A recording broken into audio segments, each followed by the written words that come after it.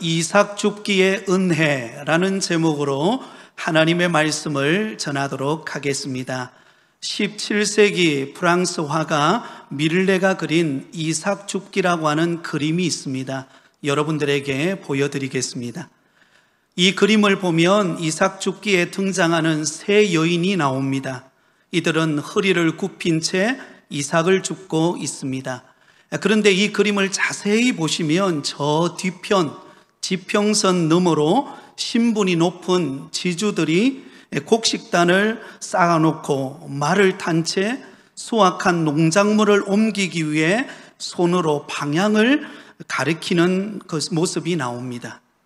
여러분, 이 그림을 그린 밀레는 이삭 줍기라고 하는 작품을 통해서 그 당시 사회의 양극화와 예술가의 역사 인식에 대하여 메시지를 전하고 있습니다. 당시 프랑스는 양극화 현상이 매우 심각하고 빈곤의 문제가 말이 아니었습니다. 그림의 배경처럼 추수가 끝난 들판에서 세 여자가 가을 그지에 남겨진 이삭을 줍고 있습니다.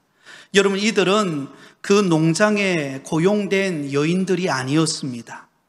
들판에 떨어진 그 나달을 줍지 않으면 끼니를 연명할 수 없는 매우 가난한 바로 빈민들이었습니다. 그래서 밀레는 바로 이러한 여인들의 고통스러운 모습을 강조하기 위해서 얼굴을 자세히 보여주지 않은 채 세 여인들의 그 손만을 노출시키고 있는 그림입니다. 저는 이 그림을 보면서 오늘 본문이 생각이 났습니다. 밀레의 이 이삭 줍기라는 그림이 오늘 본문의 상황과 참 비슷하다라는 생각을 하게 되었습니다.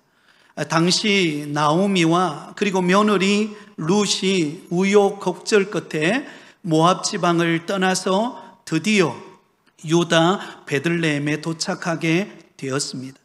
하나님께서 이스라엘 백성들을 돌보사 그들에게 양식을 주셨다라고 하는 소식을 듣고 과감한 결단을 내리고 유다 베들레헴으로 돌아온 것입니다. 마침 이들이 도착하는 시기가 언제였습니까? 보리 추수를 막 시작할 때였습니다.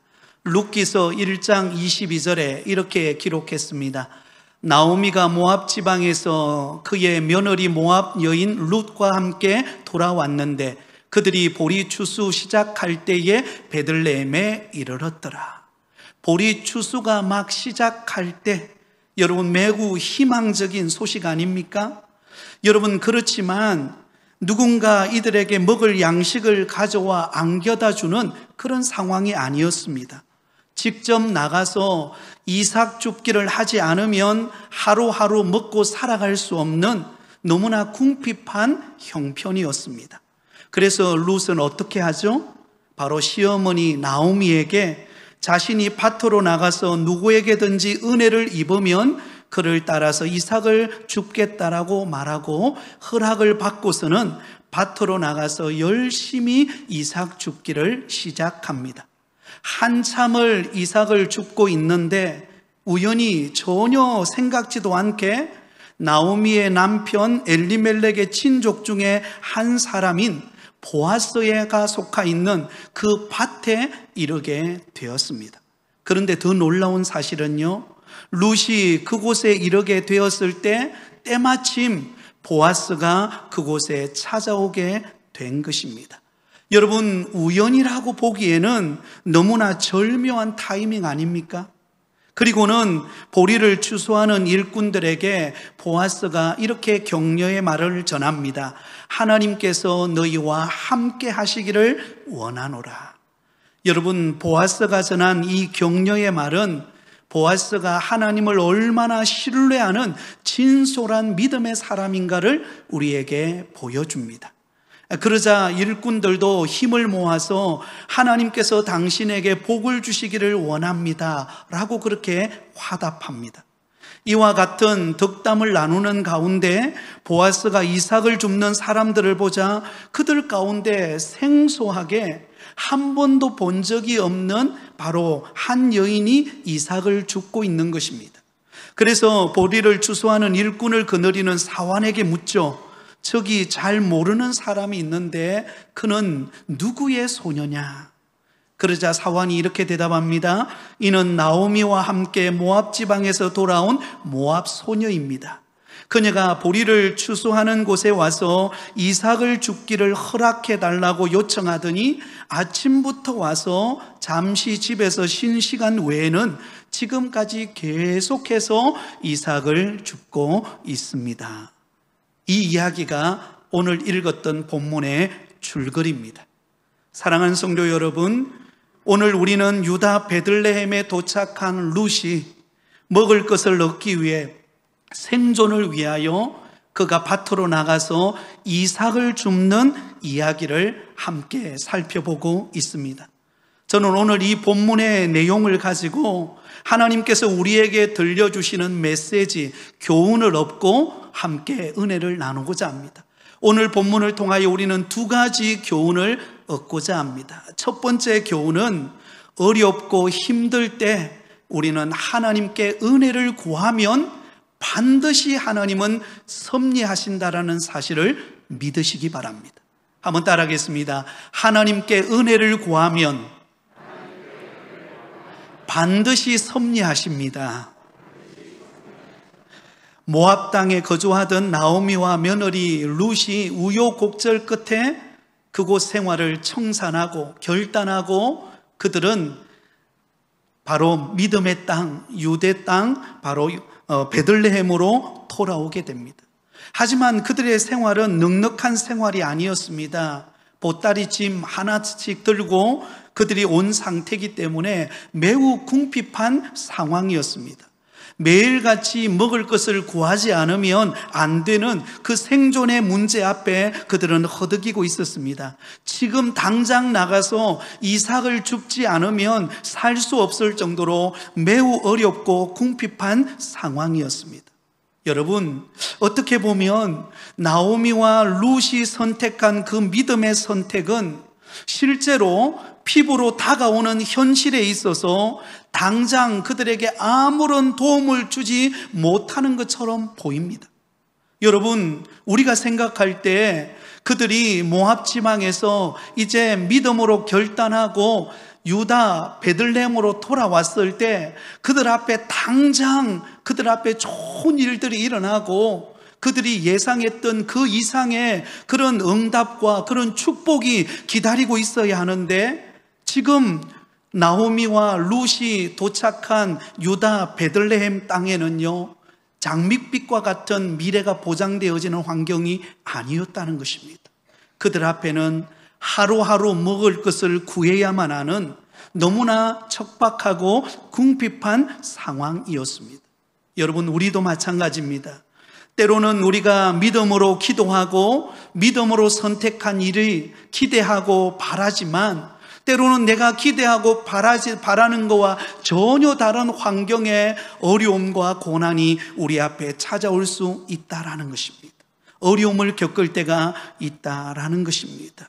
도리어 현실의 생존의 문제에 더 허덕이면서 힘겨워할 때가 있습니다. 그런데 여러분, 오늘 본문을 자세히 보시면 어렵고 궁핍한 상황 속에서 이삭 줍기를 하려 나가지 않으면 안 되는 그 막막한 상황 속에서 하나님께서 누구를 지금 등장시키고 계실까요? 바로 그 나오미의 남편 엘리멜렉의 친족으로 유력한 자 보아스를 등장시키고 있다라는 것입니다. 하나님께서 지금 축복된 만남을 준비하고 계신다라는 것을 우리는 엿볼 수가 있습니다. 우리 1절을 우리 다 함께 읽도록 하겠습니다. 같이 읽겠습니다. 나오미의 남편 엘리멜렉의 친족으로 유력한 자가 있으니 그의 이름은 보아스더라. 자, 여러분, 참 신기한 것은 룻이 유다 베들레헴에 도착하자마자 이제 이삭 줍기를 하기 위하여 첫 발을 내딛는 바로 그 순간에 하나님께서는 누구를 등장시키고 계세요?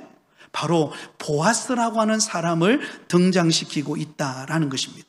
그리고 그 룻은 보아스라는 사람이 자신이 가서 이삭을 줍는 밭에 나타날 것이라고는 꿈에도 생각하지 못했습니다. 그런데 바로 그 이삭을 줍는 그곳에 보아스가 나타나게 되고 룻과의 첫 만남을 갖게 됩니다. 이 사실을 통하여 우리는 무엇을 알 수 있습니까?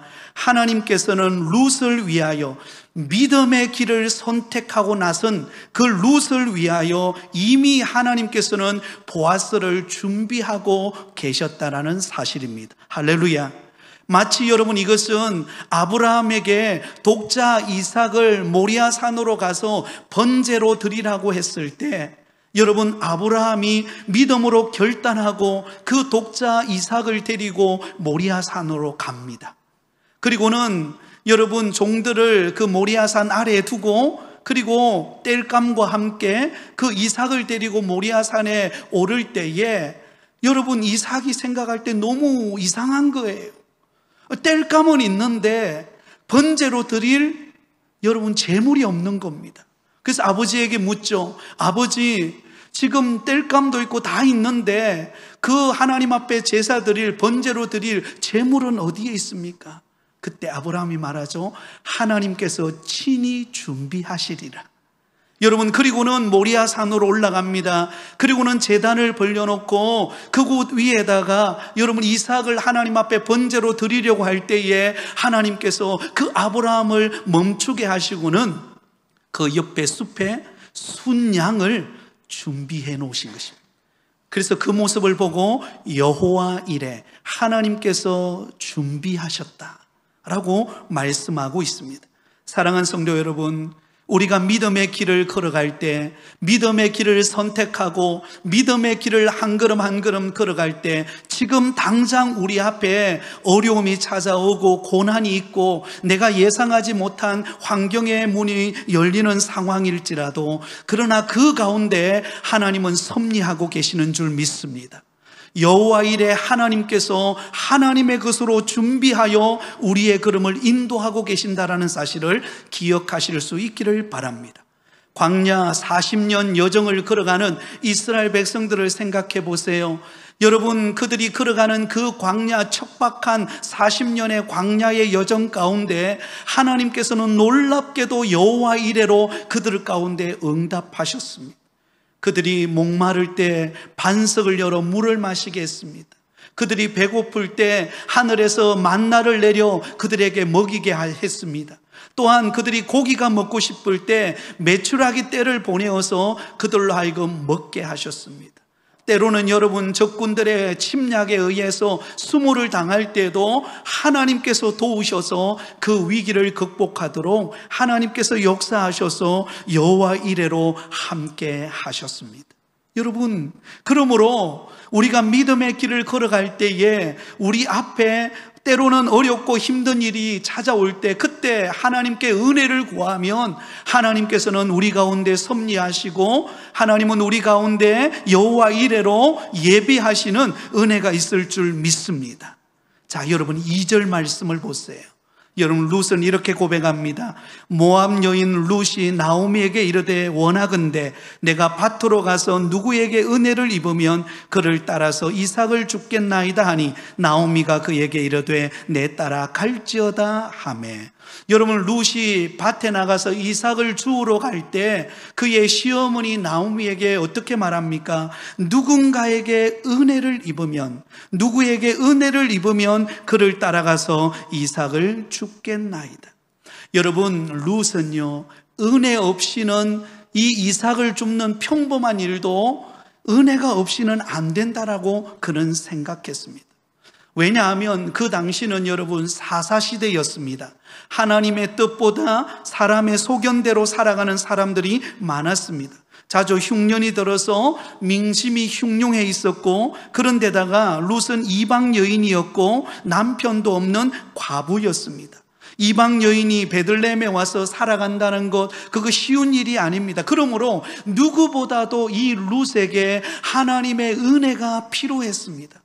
그래서 그는 하나님의 은혜를 구하면서 그는 이삭 줍기 하러 나가게 된 것입니다. 사실 그 당시에 이방인 가난한 자들, 과부들은 법적으로 이삭을 주울 수가 있었습니다. 레위기 19장 9절과 10절에 보면 이렇게 기록되어 있습니다. 너희가 너희 땅에서 곡식을 거둘 때에 너는 밭 모퉁이까지 다 거두지 말고 내 떨어진 이삭도 줍지 말며 내 포도원의 열매를 다 따지 말며 내 포도원에 떨어진 열매도 줍지 말고 가난한 사람과 거류민을 위하여 버려두라. 나는 너희의 하나님 여호와이니라. 여러분, 하나님께서 이스라엘 백성들에게 명령하신 것이 무엇입니까? 곡식을 거둘 때에 반 모퉁이까지 다 거두지 말라, 남겨두라는 것입니다. 왜 남겨두라는 것입니까? 바로 가난하고 또 거류민들, 힘들고 어려움 속에 살아가는 사람들에게 그 먹을 것을 남겨둠으로 인하여 그것을 가지고 살아갈 수 있는 여건과 환경을 만들어 주라는 것입니다. 그러므로 룻은 가난한 사람이었고 과부였고 이방인이었기 때문에 밭에 나가서 이삭을 줍는 것은 은혜를 입지 않아도 가능한 일이었습니다. 그냥 나가서 이삭을 주우면 돼요. 그런데 여러분, 룻은 평범한 이삭을 주우러 가는 그 일상생활 속에서도 룻은 무엇을 생각했어요? 하나님의 은혜가 있어야 된다. 하나님이 나를 도우셔야 된다. 하나님이 나와 함께 하셔서 내 생활 속에 매일매일 이루어지는 그 하루하루의 생활 속에 하나님의 도우심과 하나님의 은혜와 하나님이 함께 하지 않으면 내가 가진 것 아무것도 아니다. 그는 그것을 알았던 것입니다. 여러분, 룻은 하나님의 은혜를 소중히 여기는 여인이었습니다. 여러분, 은혜가 무엇이죠? 은혜는 받을 자격이 없는 사람에게 베푸시는 호의입니다. 받을 자격이 없어요. 나는 그만큼 받을 만한 능력이 없어요. 그럼에도 불구하고 위로부터 내려주시는 은혜, 호의, 그것이 바로 은혜입니다. 여러분, 룻은 나오미를 따라서 모압 지방을 버리고 유다 베들레헴으로 오면서 룻의 마음속에는 확고한 믿음이 있었습니다. 하나님의 은혜를 붙들면, 어머니가 믿는 그 하나님을 붙들면 내 인생 하나님이 책임져 주신다.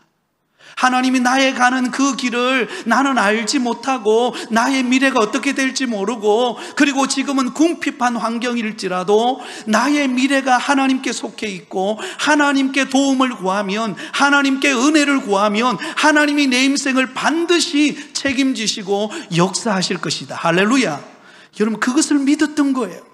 그래서 지극히 평범한 이삭 줍기로 하러 가는 그 상황 속에서도 룻은 하나님의 은혜를 구합니다. 하나님의 도우심을 구해요. 하나님의 은혜가 없으면 안 된다라고 그는 고백하고 있다라는 것입니다. 사랑하는 성도 여러분, 저와 여러분이 하루하루 살아가는 삶 속에 하나님의 은혜가 없이 살아갈 수 있을까요? 여러분, 들에 들녘에 나가보세요. 저도 이번에 추석 명절을 맞이해서 저희 고향을 다녀왔는데요, 너무너무 저희 동네 들녘에 아내와 함께 길을 걸으면서 그 벼들이 익어가는 벼들을 보면서 너무너무 행복하더라고요. 야, 이제 벼들이 이렇게 자라서 이제 서서히 누렇게 이렇게 익어가고 있구나. 그런 생각을 하니까 저도 모르게 참 마음이 기뻤습니다. 그런데 여러분, 생각해 보세요. 그 익어가는 벼들에게 햇빛이 비치지 않는다면, 그리고 갑자기 태풍이 몰아쳐서 여러분 그 누렇게 익어가는 벼들을 여러분 한번 썰어버린다면 어떤 일이 발생하겠습니까? 너무너무 슬픈 일이죠. 하루하루 하나님의 은혜의 빛이 비추지 않으면 평범한 여러분 농사 짓는 일도요 그냥 이루어지질 않는 거예요. 저와 여러분이 사업을 경영하고 직장에 나가고 하루하루 살아가는 것 하나님의 은혜 없이 되겠습니까? 아니에요. 전적인 하나님의 은혜가 부어진 바 되어야만이 우리는 살아갈 수 있는 줄 믿습니다. 여러분, 룻은 모압 지방에서 그의 남편을 만나서 아마 그런 꿈을 꾸었을 거예요. 아, 이제 나의 남편과 만나서 가정을 이루고 정말 나의 인생이 행복한 인생이 될 거야. 웬일이에요? 그의 남편이 어느 날 이유 모르게 목숨을 잃어버렸어. 하루아침에 과부가 되어버렸어요. 그러면서 그가 깨달은 것이 무엇인지 아십니까? 내 인생은 내 마음대로 되는 것이 아니구나. 내 인생은 내가 계획한다고, 내가 바란다고, 내가 생각한다고 그대로 되는 게 아니구나. 하나님의 은혜가 임해야 되는구나. 하나님이 나를 도우셔야 되는구나. 하나님이 나를 붙들어 주셔야 되는 거구나. 그것을 깨닫게 되었다는 것입니다. 여러분 보세요. 은혜를 구한 룻에게 하나님은 어떻게 섭리하실까요? 우리 3절 말씀을 같이 읽습니다. 3절입니다. 룻이 가서 베는 자를 따라 밭에서 이삭을 줍는데 우연히 엘리멜렉의 친족 보아스에게 속한 밭에 이르렀더라. 자, 여러분 생각해 보세요. 룻이 하나님께 은혜를 구하고 그리고는 밭으로 나가서 이삭 줍기를 했습니다. 근데 놀라운 일이 벌어져요. 어떤 일이 벌어집니까? 우연히 이삭 줍기를 하러 갔는데 그곳이 어디였습니까? 바로 엘리멜렉의 친족 보아스가 속한 밭에 이르게 된 거예요. 여러분, 룻이 계획한 것 아닙니다. 내가 우리의 친족인 보아스네 밭으로 가야 되겠다 계획하고 준비하고 그렇게 간 것 아니에요. 이삭을 평범하게 줍는 그 일을 통하여 가다 보니까 우연히 보아스의 밭에 이른 거예요. 근데 여러분, 여기서요, 인간적인 관점으로 볼 때는 우연이지만 하나님의 관점으로 볼 때는 하나님의 섭리예요. 여러분, 때로는 우리에게 우연한 일들이 일어날 수 있습니다. 그러나 여러분, 하나님은 그 우연함 속에 하나님이 계획하고 섭리하시는 일들을 담아두셨다는 것을 여러분 잊어버리지 않기를 바랍니다. 먼저 하나님께서는 보아스를 준비시키고 그리고 나오미와 룻을 기다리고 계셨고 또 때가 되어서 룻이 이삭 줍는 그 과정을 통하여 바로 보아스의 밭에 이르게 되어지는 그 과정 속에서 하나님께서 그의 길을 인도해 가고 계시는 하나님의 섭리를 보게 되었다라는 것입니다. 그러므로 여러분, 사랑하는 성도 여러분, 우리에게는 하나님의 은혜가 필요합니다. 하나님의 은혜를 구하고 하나님께 도움을 구하면 하나님은 우리에게 반드시 섭리하십니다. 하나님이 우리를 도우십니다. 하나님이 우리에게 사람을 붙이시고 여건과 환경을 여시고 하나님의 은혜로 우리를 붙드시는 역사를 경험하게 되어질 줄 믿습니다. 여러분, 창세기의 요셉을 보세요. 요셉은 형들에 의해서 그는 애굽의 노예로 팔려갑니다. 그때 노예를 팔려가는 그 가운데 여러분, 요셉이 할 수 있는 것은 아무것도 없었어요. 그가 할 수 있는 것 유일한 것은 무엇입니까? 하나님께 은혜를 구하는 거였어요. 하나님, 나를 도와주십시오. 내 곁에는 지금 아무도 없고 나 혼자밖입니다. 하나님이 나를 도우십시오. 그러자 무슨 일이 일어납니까? 창세기 39장 4절에 보면 이렇게 말씀합니다. 요셉이 그의 주인에게 은혜를 입어 섬김에 그가 요셉을 가정 총무로 삼고 자기의 소유를 다 그의 손에 위탁하니. 여러분, 요셉이 하나님께 도움을 구했어요. 그랬더니 하나님께서는 그 요셉에게 보디발이라고 하는 좋은 사람을 붙이셔서 그에게 은혜를 베풉니다. 그리고는 가정의 총무가 되어요.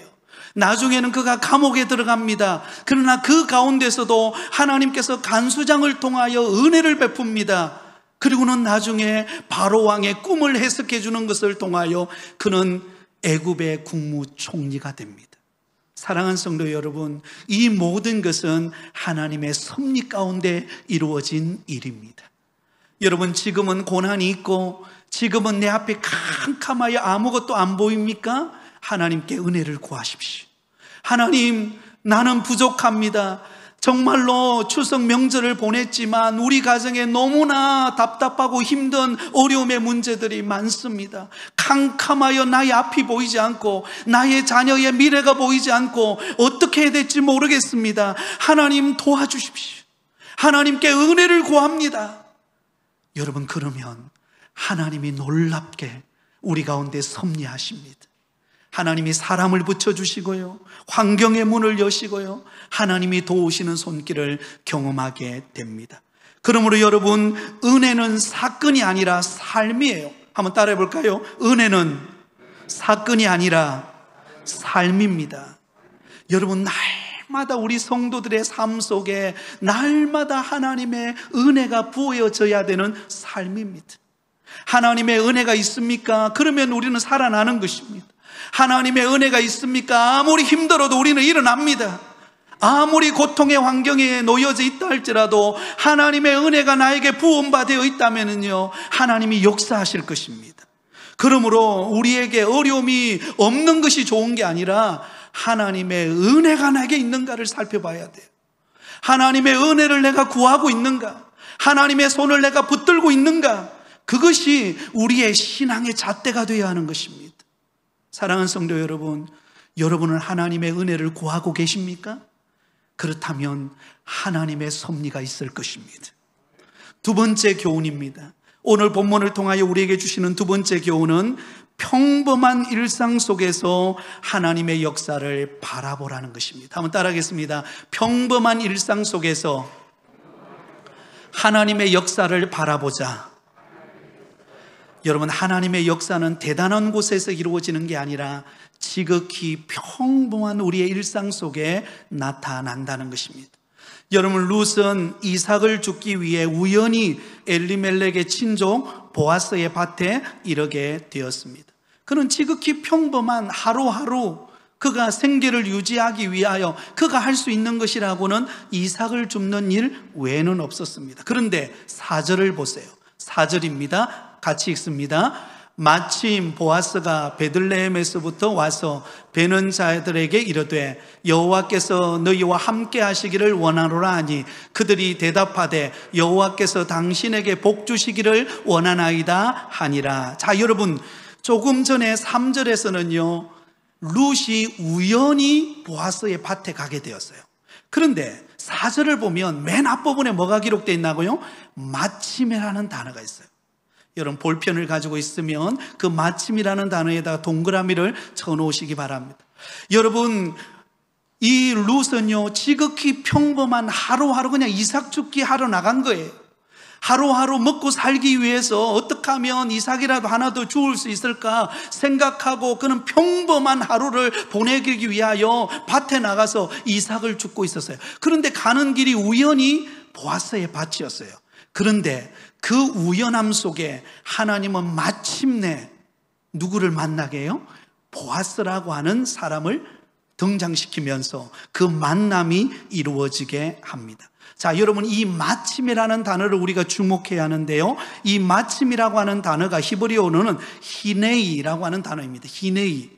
우리말에 가장 가까운 말은 장면이 바뀌면서 놀라운 일이 벌어질 때, 짠 하면서 상황이 반전되어질 때 쓰는 단어가 마침이라는 단어입니다. 지금까지는 전혀 그런 상황이 아니었어요. 지금까지는 어렵고 힘들고 막혀있고 답답하고 괴로운 것이 지금까지 쫙 이어졌어요. 그런데 마침 어느 시점이 딱 왔을 때 무슨 일이 벌어져요?